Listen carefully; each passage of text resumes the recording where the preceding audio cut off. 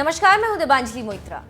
जम्मू कश्मीर से अनुच्छेद 370 के हटा 1 महीने से भी ज्यादा वक्त बीत चुका है, लेकिन पड़ोसी मुल्क पाकिस्तान है जो अपना सब कुछ छोड़ 370 को पकड़े हुए है। दिन रात कश्मीर का राग अलाप रहे हैं। अंतर्राष्ट्रीय मंच से लेकर अदालत तक में मुंह की खाने के बाद भी पाकिस्तान है जो चुप बैठने को तैयार नहीं, और बैठेगा भी कैसे, क्योंकि झूठ बोलना उसकी फितरत में जो है।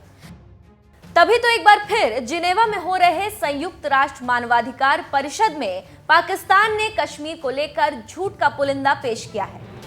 पाक के विदेश मंत्री शाह महमूद कुरैशी ने, जिन्होंने मानवाधिकार परिषद में भारत के खिलाफ मोर्चा खोल दिया है, परिषद में 115 पेजों का झूठ का पुलिंदा पेश किया, जिसमें उसने भरसक कोशिशें की कि कैसे कश्मीर को लेकर भारत पर मानवाधिकारों के उल्लंघन का आरोप लगाया जाए। झूठ का नकाब ओढ़े कुरैशी ने जहां ये बताने की कोशिश की कि कश्मीर भारत का आंतरिक मुद्दा नहीं है, तो वहीं यूएन से इस मामले में दखल देने की गुहार लगाई। हालांकि पाकिस्तान के हर एक झूठ का भारत की तरफ से पर्दाफाश किया जाएगा, लेकिन उससे पहले मीडिया से बातचीत करते हुए कुरैशी ने भारत के खिलाफ क्या कुछ जहर उगला, ये आपको दिखाते हैं। India is trying to give an impression to the world that life has returned to normalcy. If the life has returned to normalcy, then I say, why don't they allow you, the international media, why don't they allow international organizations, the NGOs, civil society organizations to go into the Indian state of Jammu and Kashmir and see for themselves what the reality is. They're lying through their teeth, and once the curfew is lifted, the reality comes out, the world will wake up to the catastrophe that is underway right now. Imran के मंत्री कुरैशी को तब मानवाधिकार की याद नहीं आती जब जबरन पाकिस्तान में हिंदुओं को मुसलमान बनाया जाता है।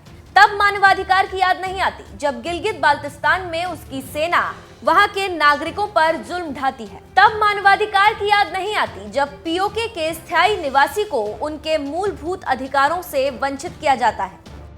कंगाल पाकिस्तान के वजीर आजम इमरान खान एंड कंपनी है जो अपनी नाकामियों को छुपाने के लिए कश्मीर का सहारा ले रहे हैं, भारत के आंतरिक मामले में दखल देने की कोशिश कर रहे हैं, जिससे उन्हें कुछ हाथ नहीं लगने वाला।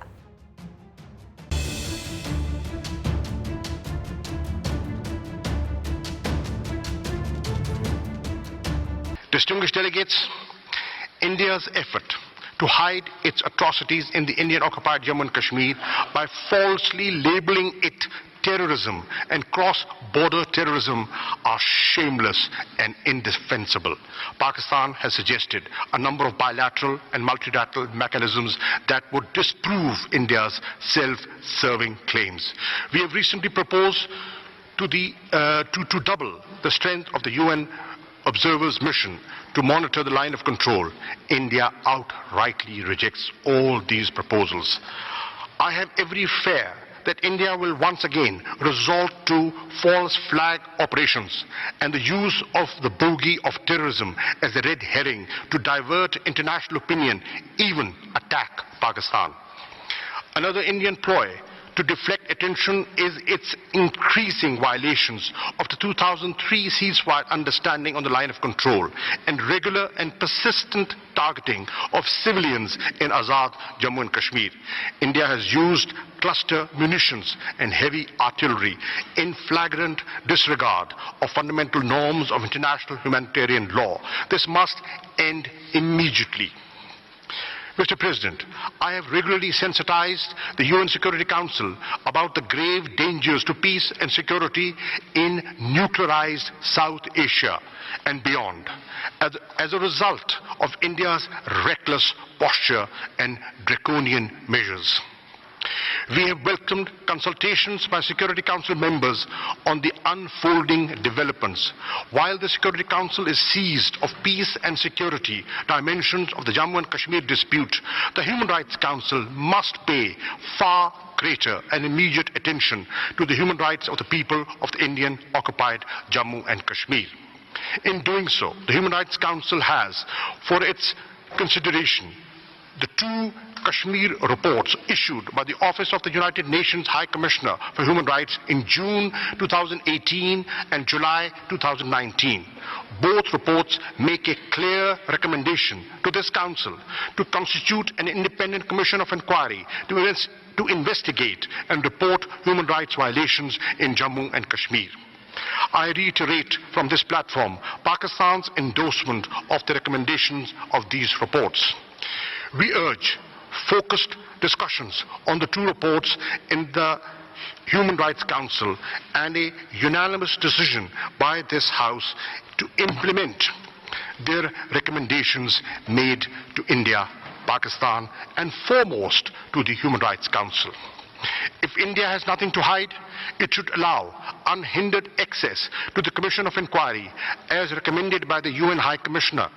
Pakistan stands ready to allow access to the proposed Commission of Inquiry or other mechanisms on our side of the line of control, together with similar access to Indian-occupied and Jammu and Kashmir.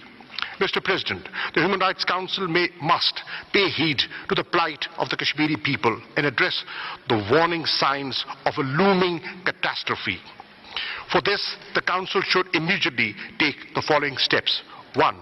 Urge India to immediately stop the use of pellet guns, end the bloodshed, lift the curfew, reverse the clampdown and communications blackout, restore fundamental freedoms and liberties, release political prisoners, stop targeting human rights defenders, and fulfill obligations under the United Nations Security Council resolutions and various human rights instruments as required by international law. India's draconian emergency laws in occupied Jammu and Kashmir cannot be allowed to stand. 2.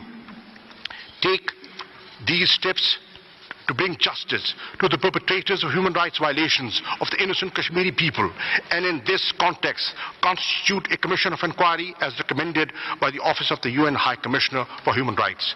3. Authorize the Office of the High Commissioner and the Human Rights Council special procedures mandate holders to monitor and report on India's human rights violations in Indian-occupied Jammu and Kashmir and regularly update this Council. And fourthly, call upon India to allow unhindered access to human rights organizations and international media to the Indian-occupied Jammu and Kashmir. Excellencies, today I have knocked on the doors of the Human Rights Council, the repository of the world's conscience on human rights, to seek justice and respect for the people of the Indian-occupied Jammu and Kashmir. At stake is our collective humanity, the principles that we all subscribe to, and what makes us human. We must not let political, commercial, and parochial considerations cloud and impair our thoughts and actions. We must not allow this august body to be embarrassed on the world stage. As a founding member of this Council, Pakistan feels morally and ethically bound to prevent this from occurring. But to do so, we must not remain indifferent to the tragedy that is unfolding before our eyes. We must act decisively and with conviction. Distinguished delegates, let us not forget that history is replete with failed, barbaric campaigns to wage demographic wars to change facts on the ground. India's attempt must fail, but this inevitability must occur without allowing the illegal Indian occupation forces to spill any more innocent blood. For 7 decades, the people of Indian-occupied Jammu and Kashmir have awaited implementation of the United Nations Security Council resolutions prescribing a plebiscite to honor their right to self-determination. History would be a most unforgiving judge if we fail yet again the people of this illegally occupied territory in their moment of greatest peril.